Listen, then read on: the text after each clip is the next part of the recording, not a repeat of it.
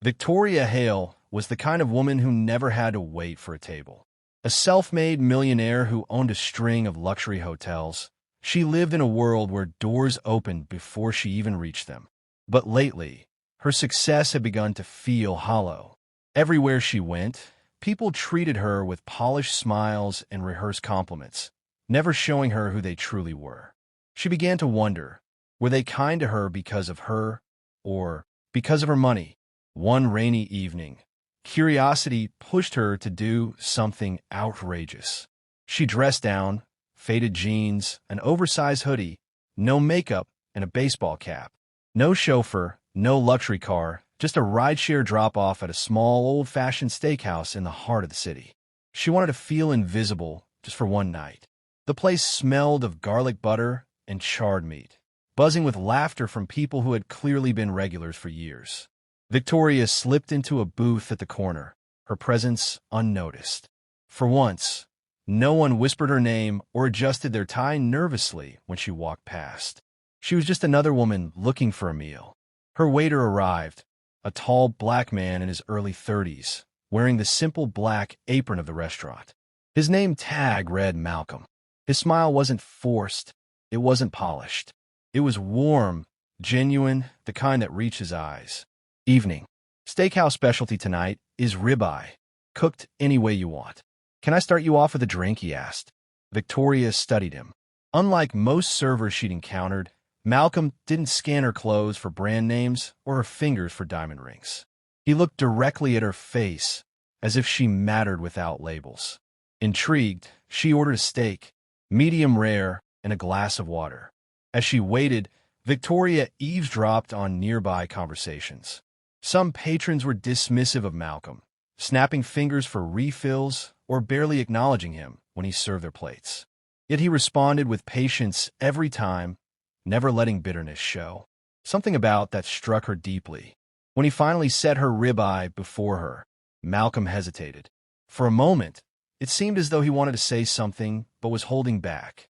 Then, quietly, almost as if afraid someone else would overhear, he slipped a folded napkin onto the table beside her plate. She frowned. A secret note?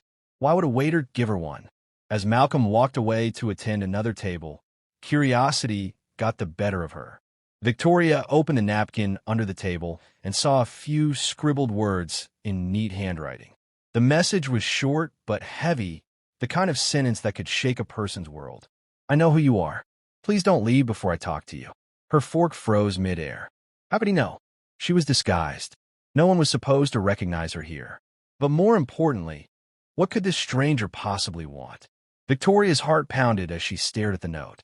For the first time in years, she felt something unfamiliar, fear mixed with curiosity.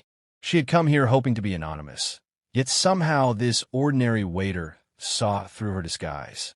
She debated leaving immediately, but something in Malcolm's eyes, kind yet burdened, kept her rooted to the seat. She ate slowly, watching him glide between tables. When he finally returned with the check, he didn't say a word. Instead, he nodded toward the back exit. Against all logic, Victoria followed. In the alley behind the steakhouse, rain pattered on the pavement as Malcolm waited with hands tucked nervously into his apron pockets. His voice was steady, but his eyes glistened. Miss Hale, who don't remember me, do you? He asked. Victoria blinked. Should I?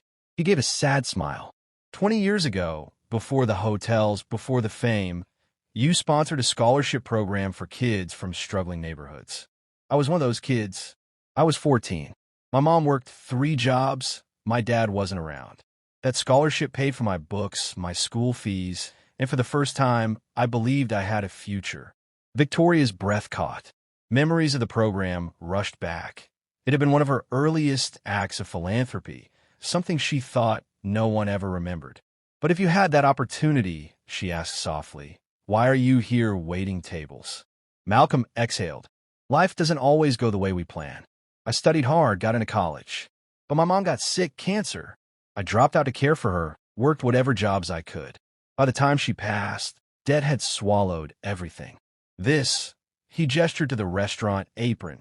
This is me starting over. It's not glamorous, but it's honest.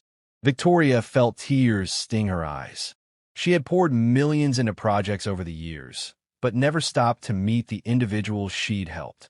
Seeing Malcolm standing there, flesh and blood, was overwhelming. He stepped closer, voice thick with emotion. "I gave you that note because I wanted to say thank you. Without you, I might have ended up in the streets, or worse. Even if I didn't get to finish college, you gave me a fighting chance.